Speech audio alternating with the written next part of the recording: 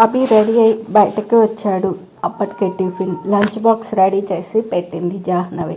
అతను వద్దని చెప్పినా రోజు చేస్తూనే ఉంది. తన చేతిలో బాక్స్ తీసుకుని వెళ్ళబోతూ ఏదో డౌట్ వచ్చి వెనక్కి తిరిగి చూశాడు. తన మొహంలో నవ్వు వేయలేదు, కానీ మొహం వాడిపోయినట్టుగా నీరసంగా కనిపించింది. జాను, నువ్వు బాగానే ఉన్నావా? బాగానే ఉన్నా అంటూనే కళ్ళు తిరిగి పడిపోయింది.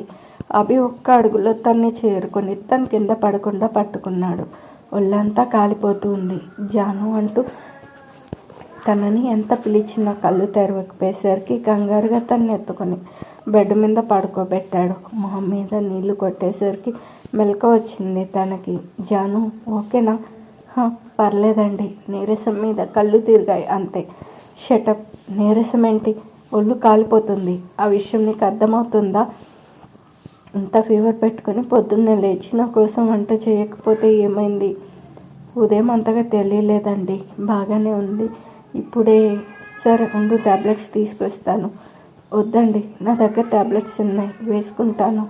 మీరు వెళ్ళండి. ష్యూరా? నాకు ఆఫీస్లో అర్జెంట్ వర్క్ ఉంది, వెళ్ళాలి. పర్లేదండి, మీరు వెళ్ళండి, నేను ట్యాబ్లెట్స్ వేసుకొని పడుకుంటాను.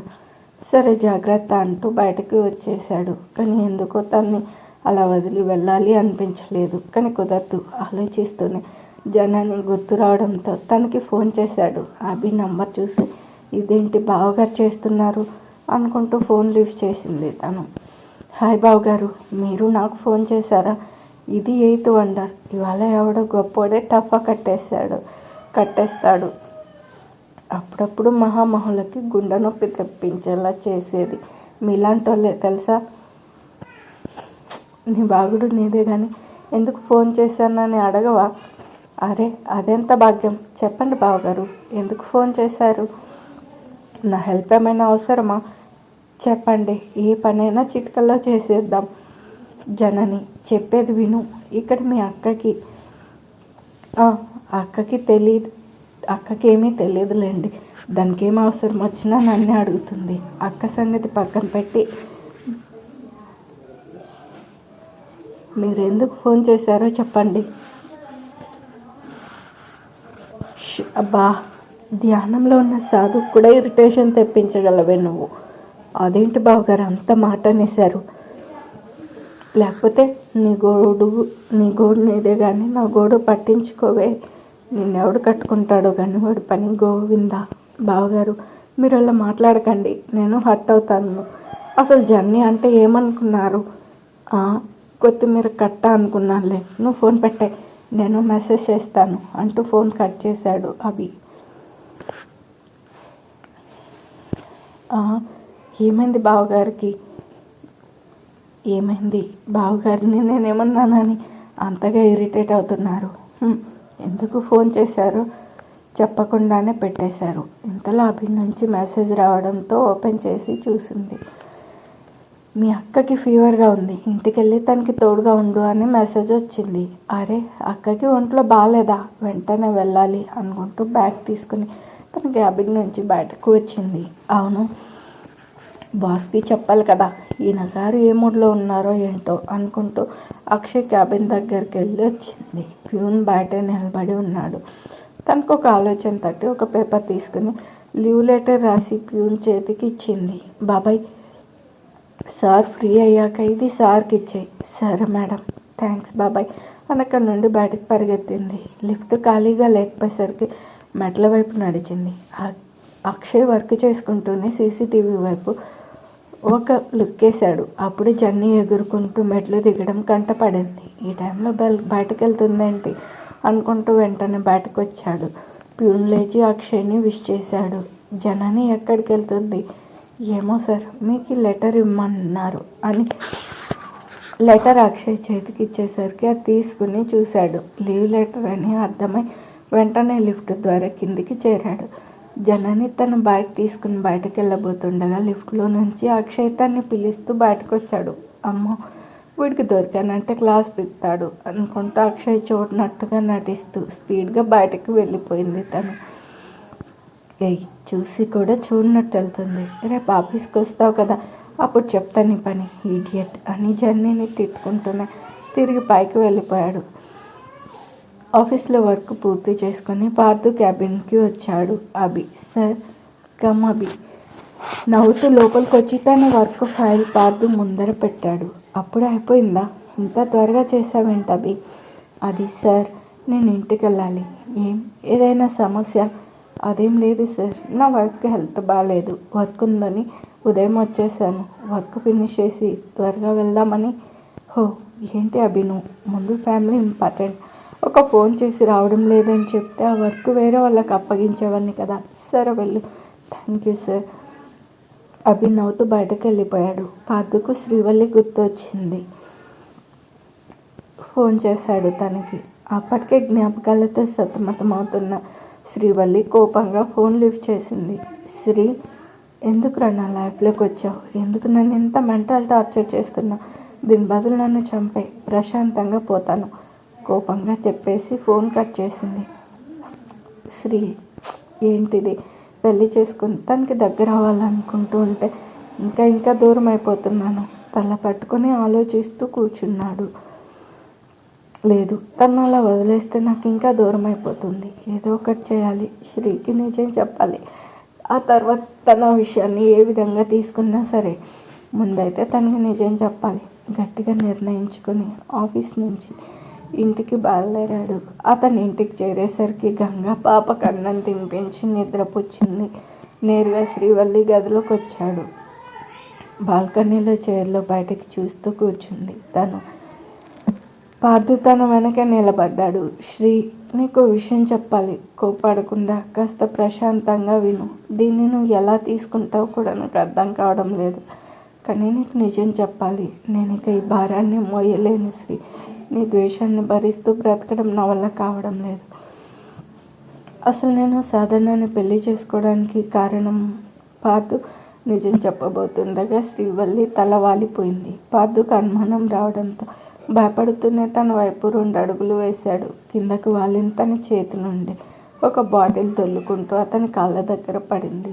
తన్ని చూడగానే పార్థు గుండెలు జారిపోయి అతనికి నిద్ర పట్టకపోతే అప్పుడప్పుడు స్లీపింగ్ ట్యాబ్లెట్స్ వేసుకొని పడుకుంటాడు. ఆ బాటిల్ ఇప్పుడు ఖాళీగా కనిపించేసరికి శ్రీవల్లి మొత్తం టాబ్లెట్స్ మింగేసిందని అర్థమై కంగారుగా తన్ని చైర్లోంచి పైకి లేపాడు. పూర్తిగా స్పృహ కోల్పోయి పార్థు గుండెల మీద వాలిపోయింది. శ్రీ, ఎందుకు ఇలా చేసావు? కళ్ళు తెరు.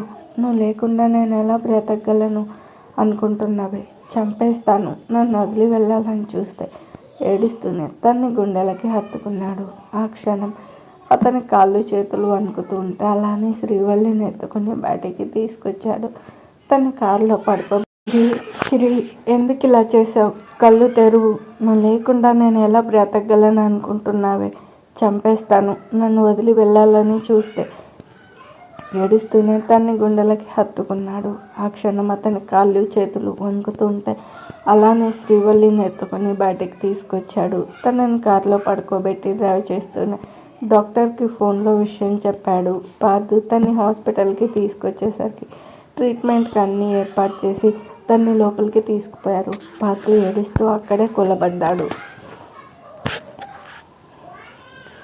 జనని రమ్మని చెప్పాను. ఈ వాగుడుకాయ వచ్చిందో లేదో, వచ్చినా తన్ని రెస్ట్ తీసుకొనివ్వకుండా వాగుడుతోనే జాను బుర్ర తినేస్తుంది తనలో తానే అనుకుంటూ లిఫ్ట్ ఎక్కి పైకి వచ్చాడు. అవి ఫ్లోర్లో లిఫ్ట్ ఆగగానే బయటకు వచ్చి వాళ్ళ ఫ్లాట్ వైపు నడిచాడు. డోర్ తెరిచి చూసేసరికి హాల్లో ఎవరూ కనిపించలేదు. జాహ్నవి గదిలోకి వచ్చి చూశాడు. జాహ్నవి నిద్రపోతుంది.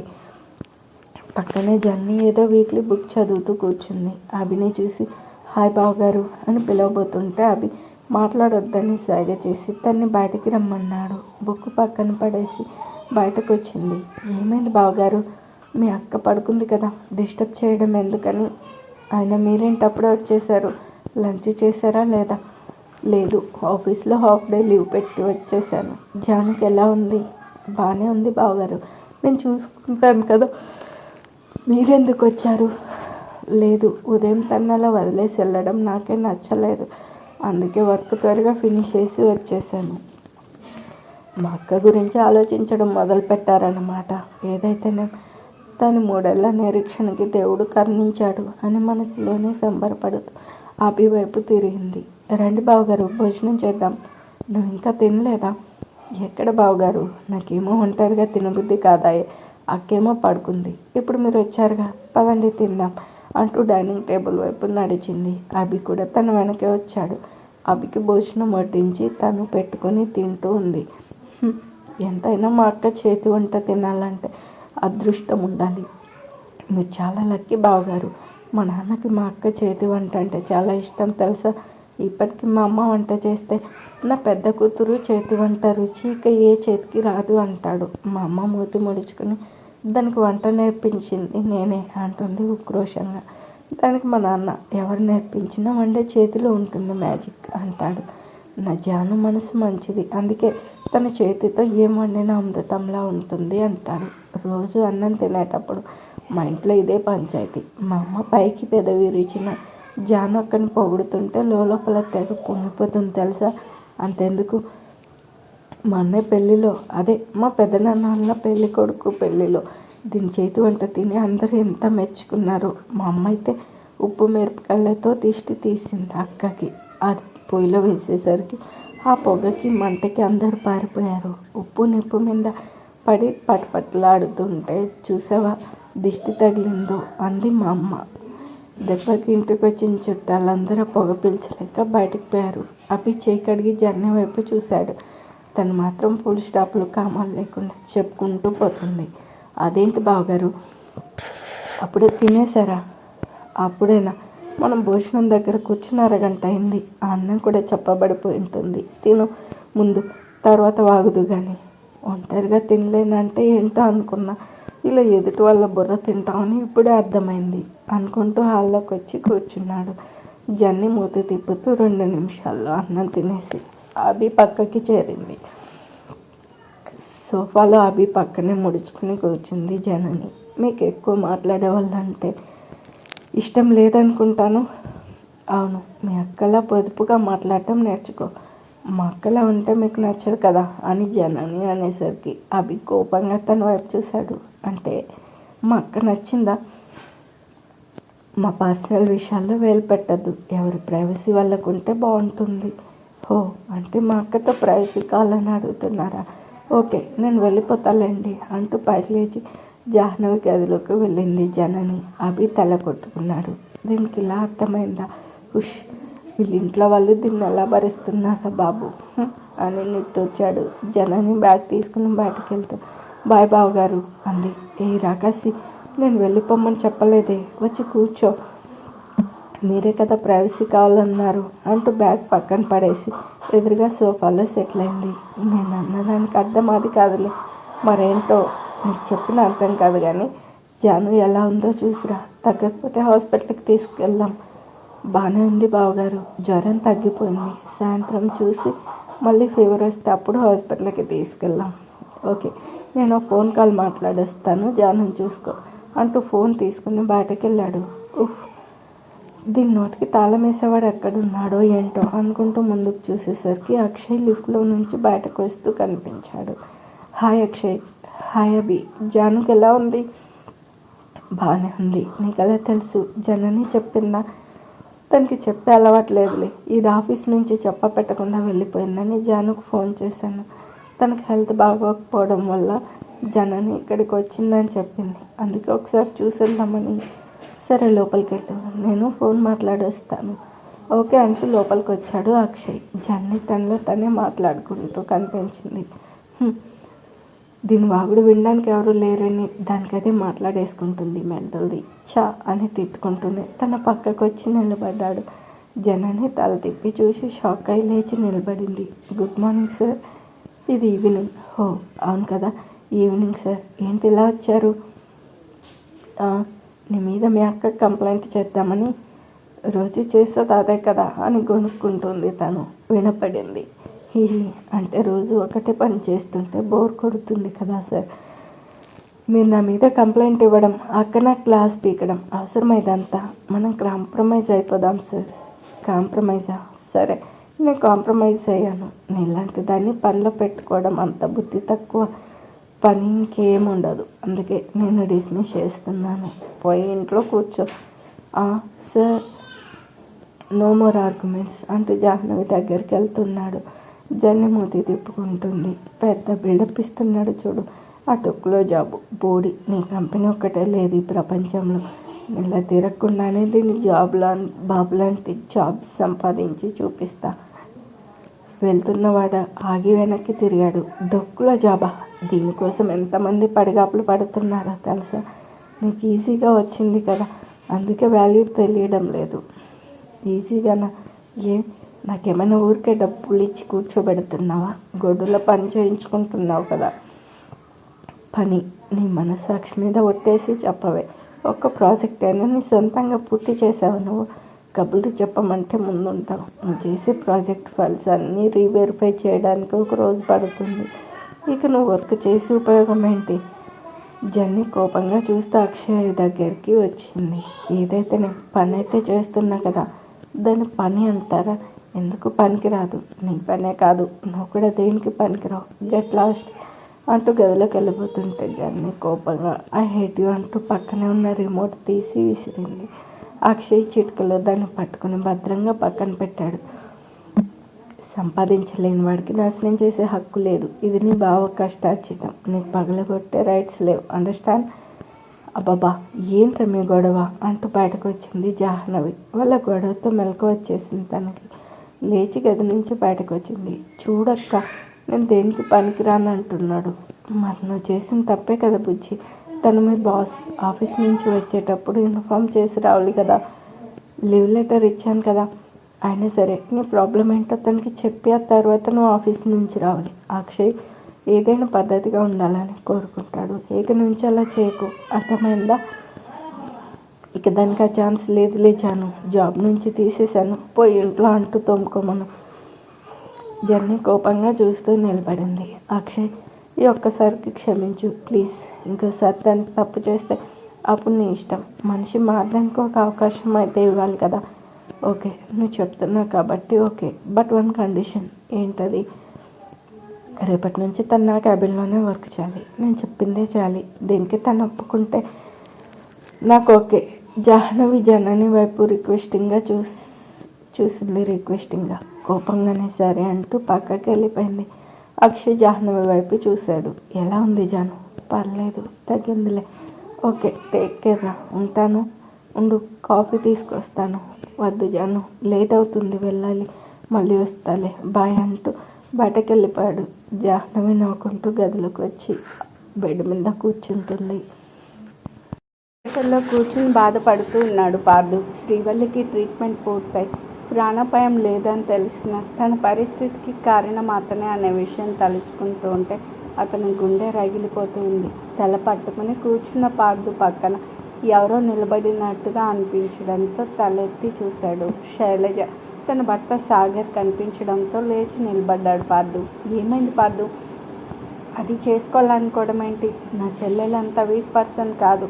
ప్రాణంలో ప్రేమించిన నువ్వు దూరమైనప్పుడే దాని నిర్ణయం తీసుకోలేదు. మరి ఇప్పుడు ఎందుకు ఇలాంటి నిర్ణయం తీసుకుంది? ఏడుస్తూనే పార్దు కాలర్ పట్టుకుని అడుగుతుంది శైలజ. సాగర్ తన్ని పక్కకు లాగి కోపంగా పార్దు కాలర్ పట్టుకున్నాడు. ఏం చేశావు శ్రీవల్లిని? వద్దంటున్నా వినకుండా పెళ్లి చేసుకొని నీతో తీసుకెళ్ళావు. ఎందుకు? దాన్ని చంపడానికా? పార్దు మౌనంగా తలదించుకుని ఉండిపోయాడు. ఏం జరిగింది పార్దు? తెలియదు వదిన. నేను ఆఫీస్ నుంచి ఇంటికి వచ్చేసరికి స్పృహ తప్పి పడిపోయింది. వెంటనే హాస్పిటల్కి తీసుకెళ్ళాను. నీకు ముందే చెప్పా కదా పార్దు, ఈ పెళ్లి వల్ల శ్రీవల్లి మనసులో బాధ రెట్టింపు అవుతుందని. వినిపించుకోకుండా పెళ్లి చేసుకున్నాం. ఇప్పుడు చూడు దానికి ఏ పరిస్థితి వచ్చిందో. సార్, ఆవిడ స్పృహలోకి వచ్చారు అని నర్స్ బయటకు వచ్చి చెప్పడంతో ముగ్గురు కంగారుగా లోపలికి వచ్చారు. శ్రీవల్లి మెల్లగా కళ్ళు తెరిచి చూసింది. శైలజ ఏడుస్తూ తన పక్కనే కూర్చుంది. ఎందుకు ఇలాంటి పని చేశావు? చచ్చి ఎవరిని సాధిద్దామని? లేదక్క, నేను చనిపోవాలనుకోలేదు. ఆలోచనలతో మనసు స్థిమితం లేక నిద్ర పట్టడం లేదని పార్దు రూమ్లో ఉన్న స్లీపింగ్ టాబ్లెట్స్ వేసుకున్నాను. అయినా ఫలితం కనిపించకపోయేసరికి ఆ ఆవేశంలో మొత్తం మింగేశాను అంతే. ఇలా అవుతుందని అనుకోలేదు. సారీ అక్క.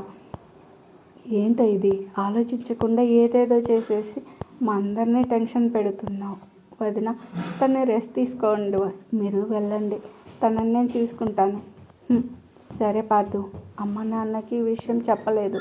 నువ్వు కూడా తెలియనివ్వకు. అలాగే. శ్రీ, జాగ్రత్త, ఎక్కువ ఆలోచించి స్ట్రెస్ పెంచుకోకు, టేక్ కేర్.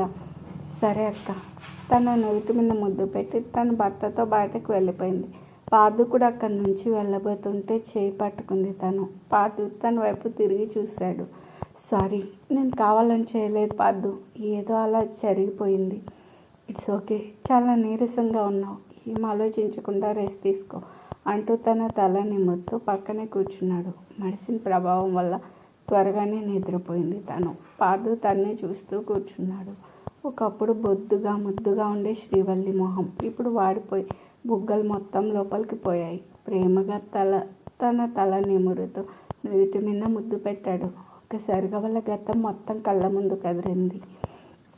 పార్దు, నాన్న పార్థసారథి వాళ్ళ అమ్మ పిలుపుతో చిరాకు పడుతూ లేచి కిచెన్లోకి వచ్చాడు. దోశలేస్తూనే పార్దుని నిద్రలేపుతుంది ఆవిడ. ఏంటమ్మా, నీకు ఎన్నిసార్లు చెప్పాను పార్దు అనే పిలవమని? ఏదో ముసలోడిలా పార్థసారథి ఏంటి? తప్పు నాన్న, పార్థసారథి అంటే ఆ కృష్ణుడికి మరో పేరు, అలా అనకూడదు. లెంపలేసుకో, ఆ దేవుడి పేరు అని చెప్పి ఓల్డ్ నేమ్ పెట్టారు నాకు. నా ఫ్రెండ్స్ అంతా నా పేరు మీద జోకులు వేసుకుంటున్నారమ్మా. విలువ తెలియని వాళ్ళకి మనం చెప్పిన అర్థం కాదు పార్దు. ఆ పేరు విలువ తెలిసిన వాళ్ళు అలా హేళన చేయరు. సర్లే, బండి కొనమంటే కొనేవారు, కానీ ఇలాంటివన్నీ బాగానే చెప్తారు. ఇవాళ నా పుట్టినరోజు, కనీసం విషెస్ కూడా చెప్పలేదు నువ్వు, ఇక గిఫ్ట్ కూడానా? నీ పుట్టినరోజు నేను ఇలా మర్చిపోతాను నాన్న. అందుకేగా ఉదయాన్నే లేచి తలారా స్నానం చేసి నీకోసం పూజ చేశాను. నువ్వు కూడా తల స్నానం చేసి దండం పెట్టుకుని రాపో.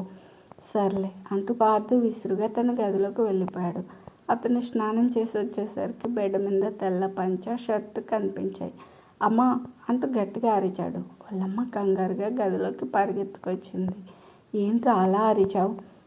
నేను కొత్త జీన్స్ కొనుక్కున్నాను కదా, మరి పంచ ఏంటి? మీ నాన్న నీ కోసం తెచ్చారా, కట్టుకుందా, గుడికి తీసుకెళ్తారంట.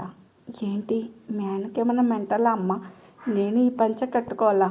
నెవర్. మీ ఆయనకి అస్సలు బుద్ధి లేదమ్మా. రే, నేను ఇక్కడే ఉన్నాను అంటూ లోపలికి వచ్చారు పార్దు వాళ్ళ నాన్న. పార్దు కోపంగా చూస్తూ నిలబడ్డాడు. రోజు ఎలాగో ఆ జీన్స్తోనే తిరుగుతున్నావు కదా, ఈ ఒక్కరోజైనా పద్ధతిగా పంచ కట్టుకో. నేను కట్టుకోను. కాలేజ్కి ఇలా వెళ్తే అందరు నన్ను ఎగతాళి చేస్తారు. సరే అయితే కట్టుకోవద్దులే, నీకోసం కొత్త బైక్ కొన్నాను అని చెప్పగానే పార్దు మొహం వెలిగిపోయింది. నిజమా నాన్న? నిజమేరా, నువ్వు ఈ పంచ కట్టుకుంటే నేను గుడికి తీసుకెళ్ళి బండికి పూజ చేయిద్దాం అనుకున్నాను. వద్దుంటున్నావుగా, రిటర్న్ ఇచ్చేస్తాలే. నాన్న నాన్న నాన్న అంత వైలెంట్ డెసిషన్స్ ఎందుకులే, కట్టుకుంటాను. గుడ్, త్వరగా రెడీ అయ్యిరా. నీ బండి మీద గుడికి వెళ్ళి పూజ చేయించిన తర్వాత నన్ను నా ఆఫీస్లో దించేసి నువ్వు కాలేజ్కి వెళ్ళిపోదు. సరే నాన్న, 5 minutesలో వచ్చేస్తాను. వాళ్ళ అమ్మ నాన్న బయటకు వెళ్ళిన తర్వాత పార్దు ఆ డ్రెస్ వేసుకొని తను కొనుక్కున్న జీన్స్ చేతిలోకి తీసుకున్నాడు. నాన్నని ఆఫీస్లో దించేశాక దారిలో డ్రెస్ మార్చుకుని కాలేజ్కి వెళ్దాం అనుకుంటూ ఆ డ్రెస్ కాలేజ్ బ్యాగ్లో సర్దేశాడు. బయటకు వచ్చేసరికి వాళ్ళమ్మ టిఫిన్ ప్లేట్తో ఎదురొచ్చింది. నాన్న, టిఫిన్ తినేసెళ్ళు. వద్దమ్మా, క్యాంటీన్లో తింటాలే అంటూ బయటకు పరిగెత్తుకొచ్చాడు. వాళ్ళ నాన్న బండి దగ్గరే నిలబడి కనిపించాడు.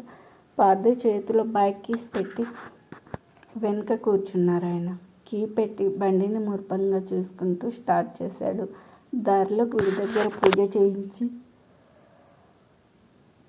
వాళ్ళ నాన్నని ఆఫీస్కి తీసుకొచ్చాడు. ఆయన బండి దిగి పార్దుని ఎగదిగా చూస్తూ తన బ్యాగ్ తీసుకుని అందులో బట్టలు తీసేశారు. నాన్న, నాకు తెలుసురా నీ వేషాలు. సాయంత్రం ఇదే డ్రెస్తో ఇంటికి రాలేదో బండిని సెకండ్ హ్యాండ్లో అమ్మేస్తాను, జాగ్రత్త. బుద్ధిగా కాలేజీకి పో అంటూ ఆ డ్రెస్ని ఆయన బ్యాగ్లో పెట్టుకొని వెళ్ళిపోయారు. పార్దు మూతి ముడుచుకుని బండి స్టార్ట్ చేశాడు. మా నాన్నకున్నంత తిక్కి ప్రపంచంలో ఎవరికి ఉండదు అనుకుంటూ వెళ్తూ ఉన్నాడు. దారిలో ఒక అమ్మాయి లిఫ్ట్ అడుగుతూ కనిపించింది. ఎవరా అని తన్ని పరికించి చూస్తూ దగ్గరికి వచ్చి బైక్ ఆపాడు. లాంగ్ మిడ్డీలో చాలా సాదాసీదాగా ఉంది తను. చూడగానే పడిపోయేంత అందం కాదు, కానీ ఏదో ఆకర్షణ అయితే ఉంది తనలో. నవ్వుతూ పార్దుని చూసి తన కాలేజ్ పేరు చెప్పి లిఫ్ట్ అడిగింది. మన కాలేజే, ఈ అమ్మాయిని ఎప్పుడు చూడలేదే, ప్రెషర్ అనుకుంటా. అని మనసులో అనుకుంటూ బైక్ ఎక్కమని సైగ చేశాడు. తను థ్యాంక్స్ చెప్తూ బైక్ ఎక్కి కూర్చుంది. అద్దంలో తనని తాను చూస్తూ నీ పేరేంటి అని అడిగాడు. శ్రీవల్లి. మీరు? పార్థసారథి అని చెప్పాడు. మామూలుగా అయితే తన పూర్తి పేరు ఎవరికి చెప్పడు, కానీ తను అడిగేసరికి ఏదో అలా నోటి నుంచి వచ్చేసింది. వావ్, నైస్ నేమ్ అండి. పార్థసారథి అంటే కృష్ణుడి పేరు కదా. పార్థుకి ఆశ్చర్యం మాకు అనిపించింది. ఈ కాలం అమ్మాయిలకి ఇది కూడా తెలుసా అనుకుంటూ శ్రీవల్లి అతని బ్యాగ్ చూసి మీరే కాలేజ్ అని అడిగింది. సేమ్ కాలేజ్, నీ సీనియర్ని. హో అవునా, ఆ దేవుడే మిమ్మల్ని నా కోసం పంపించినట్టున్నాడు. గంట నుంచి చూస్తున్నా. ఈ రూట్లో ఒక బండి కూడా రాలేదండి. థ్యాంక్ గాడ్ మీరు వచ్చారు, లేదంటే వెనక్కి వెళ్ళిపోదాం అనుకున్నాను. పార్థు నవ్వుకుంటూ కాలేజీ లోపలికి బండి పోనిచ్చాడు. పార్థు డ్రెస్ చూసి అందరూ వింతగా చూస్తుంటే వెనక కూర్చున్న శ్రీవల్లిని చూసి పార్థు ఫ్రెండ్స్ షాక్ అయ్యారు. తను బండి దిగి పార్థుకి థ్యాంక్స్ చెప్పి వెళ్ళిపోయింది. పార్థు బండి పార్క్ చేసి తన ఫ్రెండ్స్ దగ్గరికి వచ్చాడు. నీ పనే బాగుందిరా, కొత్త డ్రెస్సు, కొత్త బైకు, కొత్త ఫిగరు. ఎవరది? రే అంత సీన్ లేదు, దారిలో లిఫ్ట్ అడిగితే ఇచ్చాను అంతే. ఏదైతేనే నీ కొత్త బైక్ మీద మొదటిసారి తనే కూర్చుంది. అది అలా ఉంచు. అసలు ఈ డ్రెస్ ఏంట్రా? ఏం చేస్తాం, నా బాబు ఒక్కరోజు ఈ డ్రెస్ వేసుకుంటే కానీ బైక్ ఇవ్వనన్నాడు. తప్పక వేసుకున్నా. మరీ ఎబ్బెట్టుగా ఉందా? లేదులే, కొత్త ఫ్యాషన్ అనుకుంటారు. 10వ క్లాస్కి పోదాం. పార్థు సరే అంటూ బ్యాగ్ తీసుకుని వారితో పాటే వెళ్ళాడు. క్లాస్కి వచ్చేసరికి వాళ్ళ లెక్చరర్ పార్థును వింతగా చూస్తూ ఏంటి పార్థు, కొత్త ఫ్యాషనా అని అడిగేసరికి పార్థు సిగ్గుపడుతూ బెంచ్ దగ్గరికి వెళ్ళిపోయాడు. మధ్యాహ్నం లంచ్ టైంకి క్యాంటీన్లోనే తన ఫ్రెండ్స్ అందరికీ పార్టీ ఇచ్చి క్లాస్లోకి తిరిగి వచ్చాడు. పార్థు తన బ్యాగ్ కింద ఏదో పింక్ స్లిప్ కనిపించింది. అది చూసి తీశాడు. Happy birthday my dear Parthasarathi.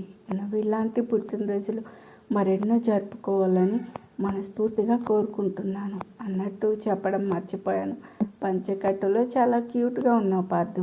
నాకైతే నీ దగ్గరికి వచ్చి కిస్ చేయాలి అనిపించింది, కానీ అలా చేయలేను. ఆడపిల్లను కదా, అందుకే ఆ ముద్దులన్నీ మూటకట్టి లెటర్ ద్వారా పంపిస్తున్నాను. హుమ్మా హుమ్మా హుమ్మా అంటూ చివర్లో లిప్స్టిక్ మరకలు ఉన్నాయి. అప్పటికే అతని చుట్టూ చేరిన అతని ఫ్రెండ్స్ పార్థుని ఆట పట్టించడం మొదలుపెట్టారు.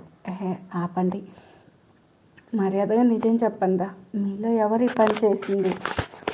మాకేం తెలియదురా, నిజంగా మేము చేయలేదు పార్థు. ఎవరో నీ భగ్న ప్రేమికురాలు అనుకుంటాను. పాపం. పార్థు అనుమానంగా అందరి వైపు చూశాడు. నిజంరా బాబు, మేము కాదంటున్నాంగా. సరే, మీరు కాకపోతే ఓకే.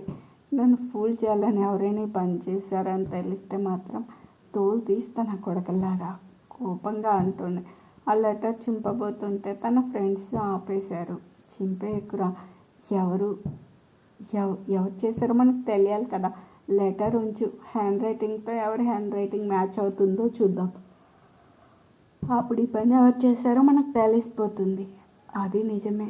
సరే, మీరా పనిలో ఉండండి అంటూ లెటర్ వాళ్ళ చేతిలో పెట్టాడు. క్లాస్లో ఇంకా ఎవరు రాకపోవడంతో అక్కడే ఉన్న అమ్మాయిల బ్యాగ్స్ ఓపెన్ చేసి వారి బుక్స్ చెక్ చేస్తూ ఉన్నారు. వీళ్ళంతా కాసేపటికి నీరసంగా వచ్చి పార్థు పక్కనే సెటిల్ అయ్యారు. ఏమైందిరా, మన క్లాస్లో ఎవరి హ్యాండ్ రైటింగ్తోనూ మ్యాచ్ అవ్వలేదురా. ఇది ఎవరో వేరే క్లాస్ అమ్మాయిల పని అయి ఉంటుంది. ఎవరై ఉంటారు అని ఆలోచిస్తూ పక్కకు చూసిన పార్థుకి శ్రీవల్లి ఎవరితోనో మాట్లాడుతూ అటుగా వెళ్తూ కనిపించింది. కొన్ని క్షణాలు తన్నే చూస్తూ ఉండిపోయాడు. అంతలోనే తేరుకొని నేనేంటి ఈ అమ్మాయిని చూస్తున్నాను, కుంపదీసి లెటర్ తనగాను రాసుంటుందా అని మనసులోనే అనుకుంటూ చచా తను కాదులే అనుకుంటూ దాన్ని బ్యాగ్లో పడేసి తన ఫ్రెండ్స్తో కబుర్లు చెప్తూ కూర్చున్నాడు.